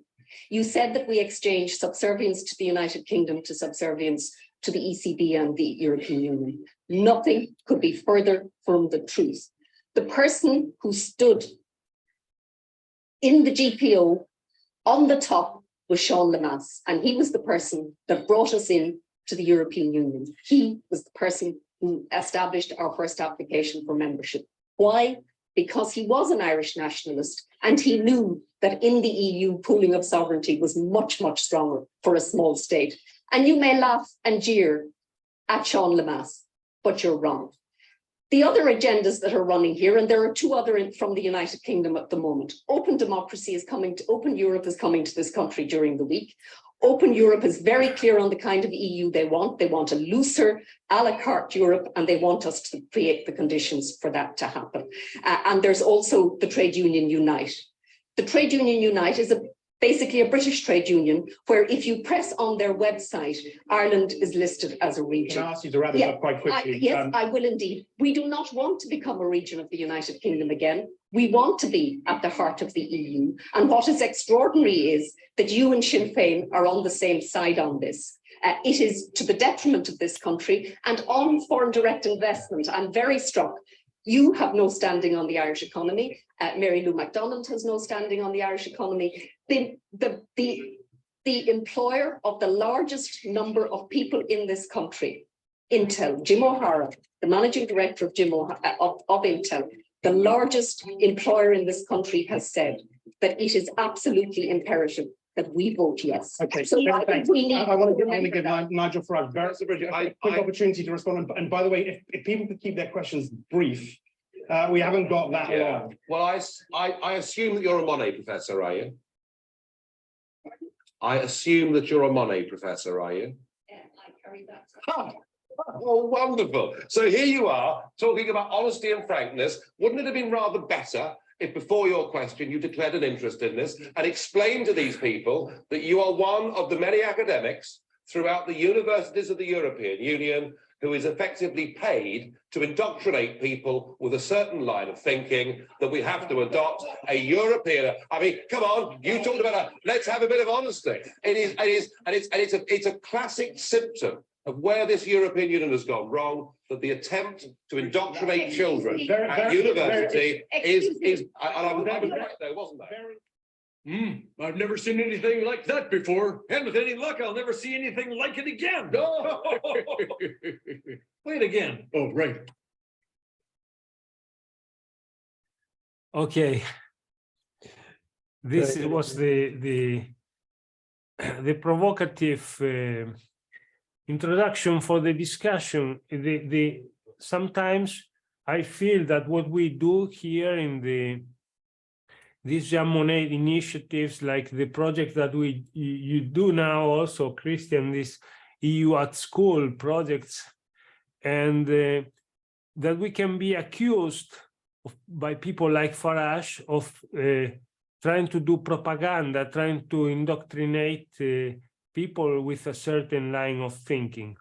And I would like to have the opinion by other colleagues that are in the face potentially the same kind of accusations, right? What they think about it, also to make self-criticism, to what extent the fact that you receive funding from an institution such as the European Commission can reduce your academic freedom, your own critical thinking. I don't know. This is the question for discussion with this self-help meeting of Teachers Anonymous, right? Right. Thank you so much, Keogh. I can just second that as a recipient of Jean Monnet funding for many years, probably since I think the first one was in 2008 or 2009. So for many years, I've had that accusation on a number of occasions, notably also sometimes from colleagues who unfortunately weren't successful. So I'm acutely aware, but what I mean, that's just my own personal view, right? But my own personal view is that whether I received the funding or not, I wouldn't have changed the debate. So in that sense, I can safely say for myself and for the events that I've organized, they wouldn't have been any different, except for the fact that perhaps I might have had less of them. So I think in that sense, I didn't get the impression that it really affected what I was saying. But I think Dagmar wants to probably also mention something here. Yes, so video on again, where's that? Oh, yeah, sorry, there we go. Video on again, plus unmuted. So I think this was an absolutely very good example how Brigitte is one of the few people who can take Nigel Farage on. Nigel Farage rhetoric has all the hallmarks of right-wing populist fascist discussion. And if we need to learn anything, then we need to learn to distinguish a proper, honest approach. Sorry, we have this UK thing where the children die off in this household. But I don't spread it by the internet. That's good. So as I've been a Jean Monnet professor for quite a long time, since 2000. Yes, so I'm the cardinal sinner here. And I've never had my chair funded by the Jean Monnet program. Actually, the funding is rather laughably small. I still contribute to the program because I think the program as such is worthwhile contributing. Although since I moved to the UK, this was always criticized by my universities because you get 100,000 for 3 years. It doesn't fund me at all. Yeah? It makes me part of a European network. And if you look what the Jean Monnet projects do, there are quite a few who helped contribute to some of the Brexit rhetoric. There have been projects which contributed to discerning how much the UK actually gets out of the EU. Yeah, and so the projects are impartial. There is no steering on the content because they respect academic independence. Nigel Farage has never disclosed all his funding to the present day. He had his initiative rather accepted a fine than disclosing the funding for their Brexit camp. Yeah, so I mean that's where we are. So I think these accusations are absolutely holdless. What we need to say is that in all our activities, whether they're funded via the Jean Monnet program or via other programs of the European Union, we need to be transparent. We need to also give out comment on people who have different positions than we have, and we do that. That's what we do as academics. But my question related to what Christian said, and you also said that this funding has not changed your opinion about the European Union or European integration. But my question is whether the Jean Monnet project selects funding according to this bias, this previous bias. I mean, of course, as an academic, this funding will not change your mind about the European Union. But is it possible that the Jean Monnet project is focusing on those who are less critical of the EU? I mean, I don't think so. If someone who was analyzing the EU from a more Eurosceptic viewpoint, would she still get the funding for Jean Monnet chair, for instance? Yes, I do. So Tamara Hervey, for example, has come out to me personally, said, well, I have a pragmatic position to the EU. That was when I first joined Leeds, and I was really, I invited her to some pre-project meeting of one of my Jean Monnet projects. And that was what came over was the idea that we need to evaluate the EU on what it brings for the UK. And she has always had Jean Monnet funding, as long as she was eligible due to being a membership. So that's only one example. So the Jean Monnet funding is awarded by academic criteria. And it's also benefits those who have a more skeptical position to the EU. This also, if you look at some of the your Horizon Europe or Horizon 2020 projects, they have been highly Eurosceptical projects. It's necessary that it is possible to academically base Euroscepticism as well. Yeah, that's what the EU funds, and you can see that if you ever confronted by this, there are every 10 years the Horizon 2020, formerly now Horizon Europe, is evaluated, and there's a summary of all the 8 arts, humanities, and social science things, including the skeptical stuff. I saw 2 hands up. So there was Camille, and he did the kind of normal hand, and then there's Sarah with the electronic hand. So I'll take Camille first because I saw you first, and then Sarah. Sorry, I'm frantically looking for this electronic hand raising, and I just can't find it. I know it's somewhere here. I just use reactions at the bottom of your screen. Okay. Okay. I use Teams all the time, so I'm not that familiar with it. So just a very quick reaction. I think it's a valid point. I think we as academics make a mistake of generally not engaging with those kinds of arguments that Farage expresses because we don't like Farage, but perhaps they may represent a broader sentiment that we perhaps should engage with head on. We shouldn't avoid it and kind of close ourselves in this kind of ivory tower of EU-loving kind of pro-EU academics, etc.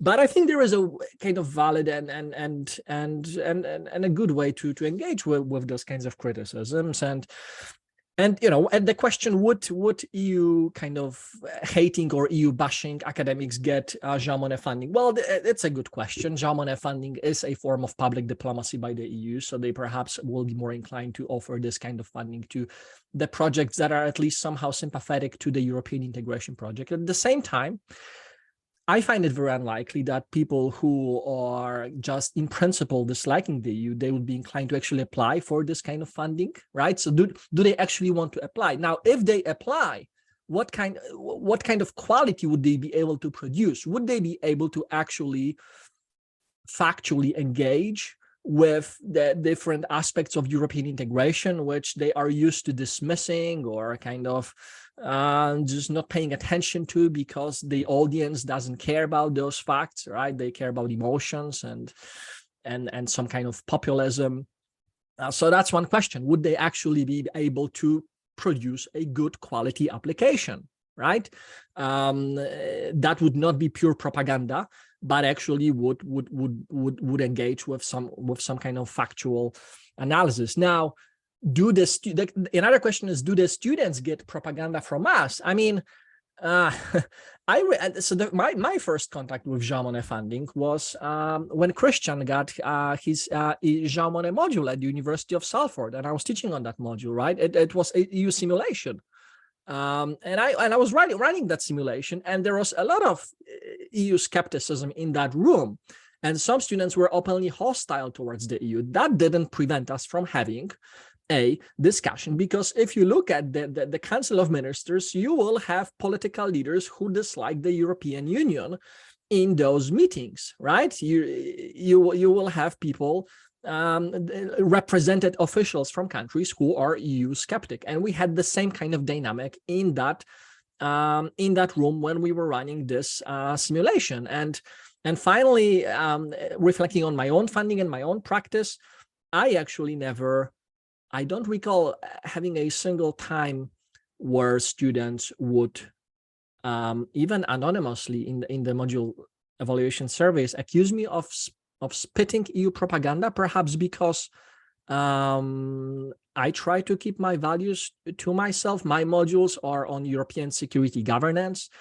and then on the challenges to European integration, which actually links back to the first question: would the EU fund an EU skeptic project? Well, my Jean Monnet chair revolves around two modules: European security governance and imagining European futures. The second module is the one that I discussed in my presentation. And I explained in my application that this module is going to explicitly engage with the challenges to European integration. It's not going to write a love story to the EU. It's going to talk about things like EU skepticism, like migration, like things that are actually challenging to European integration, the things that the EU should be doing different, could be doing different. So it is quite critical in many respects to the way the EU does things. Right, so that would be my kind of very brief response to this. And Sarah wanted to mention a comment or a question, or? Oh, I think that's been covered by both Dagmar and Camille, really. Okay, Dagmar, did you want to come back in? No. Okay, well, that's fine. I think it's a really interesting discussion to be had, because I actually can say from a neutral observer point of view, while I don't agree obviously with Nigel Farage on his political opinions, I actually wouldn't mind having a conversation with him. I think he's a good speaker and he's quite entertaining to watch. That doesn't mean that I would agree with his political views, but what I would like to ask him though is in a sense, who funded his financer, because that particular person had an interesting offshore account on some of the British Isles that are not fully part of the United Kingdom, but that are still linked to the United Kingdom, and we can't find out who that person is, although Aaron Banks's wife, as we all know, is Russian. So that is, of course, only merely a coincidence and shouldn't lead us to think of where that money might be coming from. But it is also true that, of course, while she's Russian, MI5 in 2005 thought she was a spy for the Russian government. Again, it was never proven, and so I would not want to say that she was definitely a spy for the Russian government, but MI5 seemed to think she was at that particular moment and wanted to expel her from the United Kingdom. Okay, so much about that. Dagmar, and then Sarah. Sorry for coming in. I didn't mean to say that we needn't engage with Euroscepticism. Of course, we need to engage with Euroscepticism.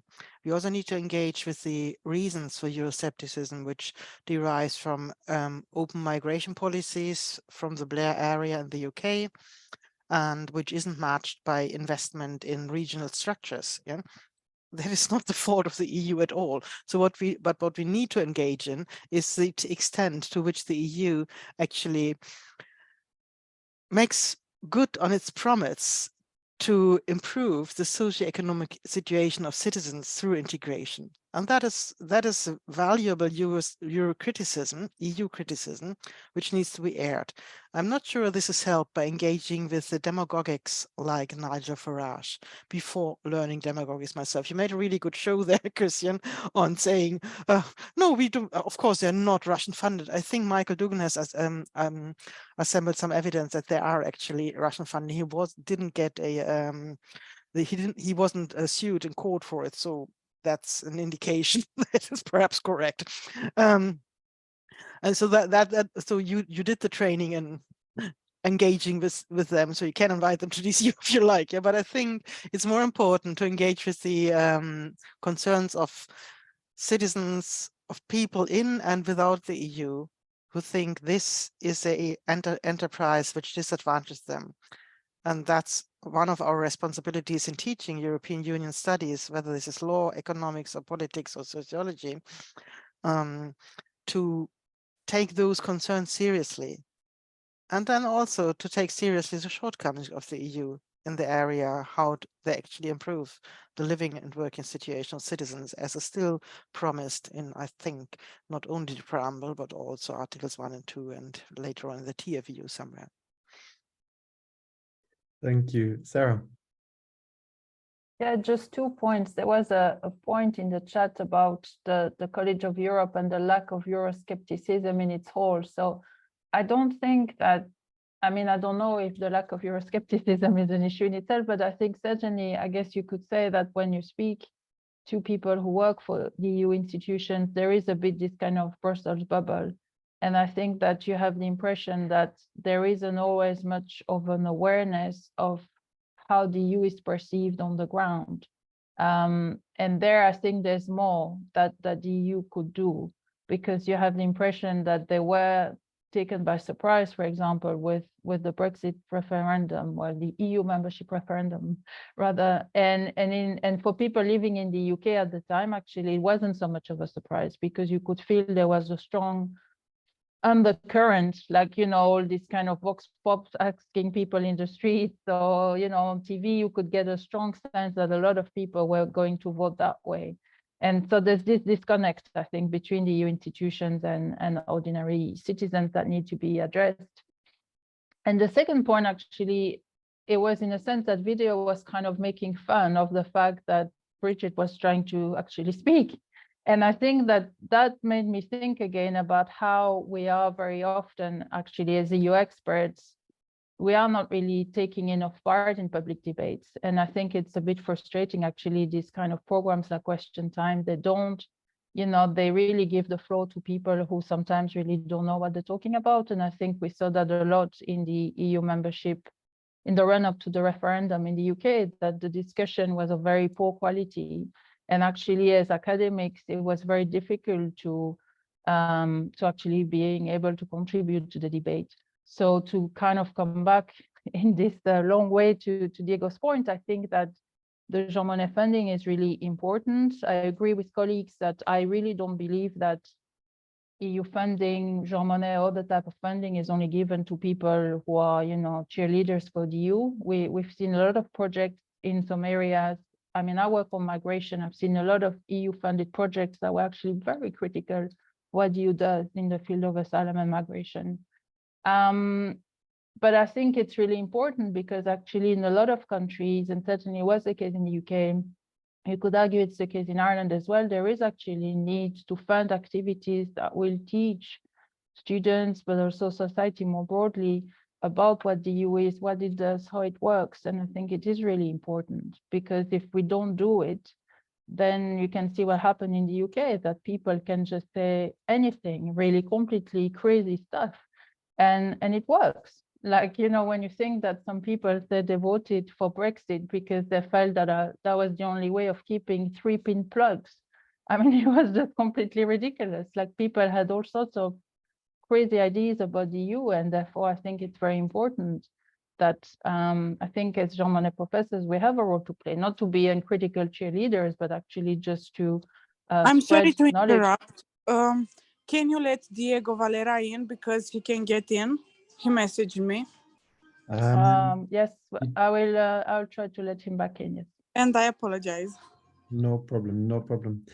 Also, no, I think that very, very valid point. I wanted to also say something else, because in a sense that video with Bridget was already an outline of something that in the Irish context we need to be fully aware, because the Eurosceptics and Nigel Farage as the main culprit, if you like, or at least a symbol for that, they're very, very keen on having Ireland leave the European Union. That is something of one of the main political objectives that they have. I'm not 100% sure whether this has been fully understood by everyone in Irish society, how important. I have the impression there's still an element of, yes, but we're Irish, so we're different to the British, so we're not going to go that route. And I think that's true on the whole. But there's also needs to be said that, you know, Brexit is not innately British either.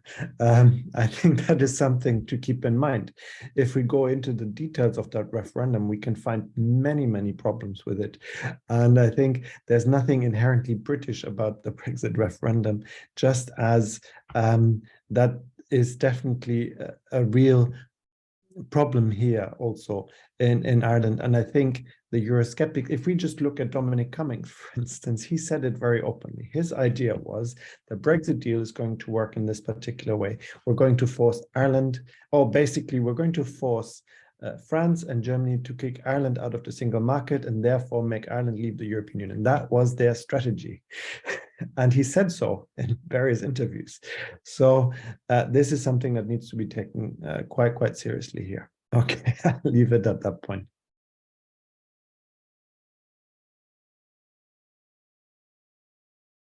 Are there any other questions? I mean, it's almost 2 minutes before the end of this panel, but if there is any more questions that anybody wants to make a final comment or any suggestions, anything else that maybe we haven't discussed yet. Yeah, I was wondering whether Camille could come back to the question of like watching the videos with the students rather than asking them to do it beforehand. Okay, thank you. Very quickly.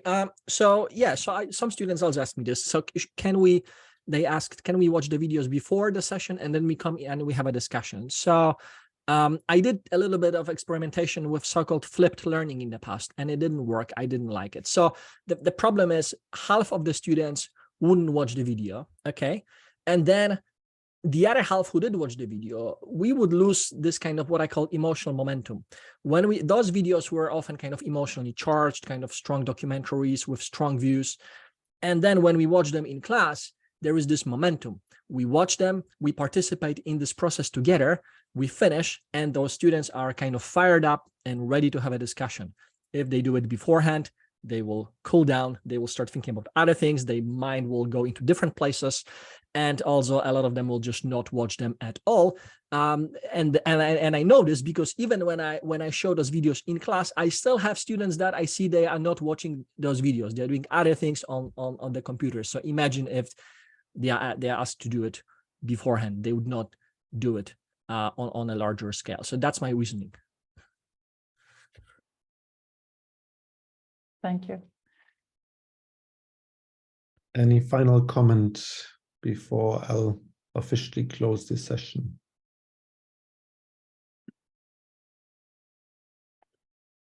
Just thank you for organizing this. It was very interesting, much more interesting than I thought initially. And so I'm glad to make the time. Thank you. I second that. Yeah. Thank you so much. So I'll thank you all very, very much for joining. Dagmar, Camille, Diego, thank you so much for your presentations. Diego, also thank you so much for the kickstart with the video.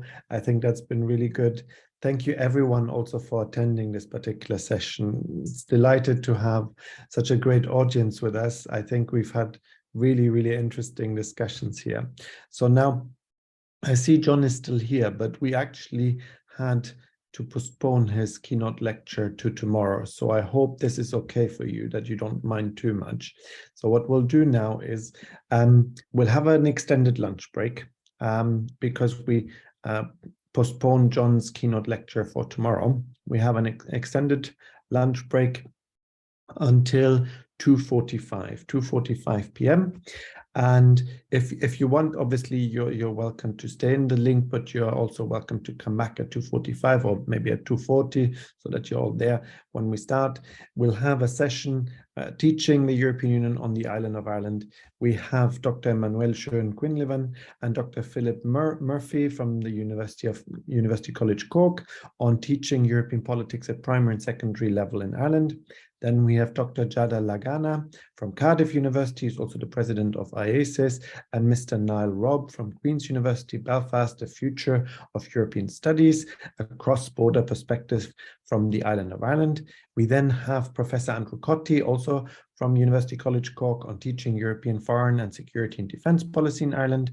And then finally, we have our very own Dr. Kenneth McDonough from DCU, teaching European foreign security policy in small states. So I look forward to seeing you all there at 2:45. Thank you very much and see you very soon. Have a good lunch break, and I see you this afternoon. Thank you.